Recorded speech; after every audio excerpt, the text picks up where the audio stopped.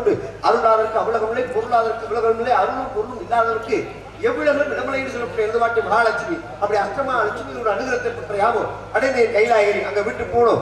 கோயிலாவது கோடி, குளங்களாவது கோடி. கோயில் குளங்களும் விட்டால் ஆவது முன்னிடத்திலே, அழிவதும் முன்னிடத்திலே, அழியாத குணம் கொண்ட ஆசா. இங்க இருக்கும் அடியார்களுக்கெல்லாம் வருவாயடா ஈசா. அவனே அந்த சதுரகிரி வாசல், அந்த கைலாச நாதனை வணங்கி கிரியா சக்தி, யோக சக்தி, ஞான சக்தி, சக்தி அடையலாம் நல்லது ஒரு புத்தி என்று சொல்லக்கூடிய ஆதிபரா சக்தி.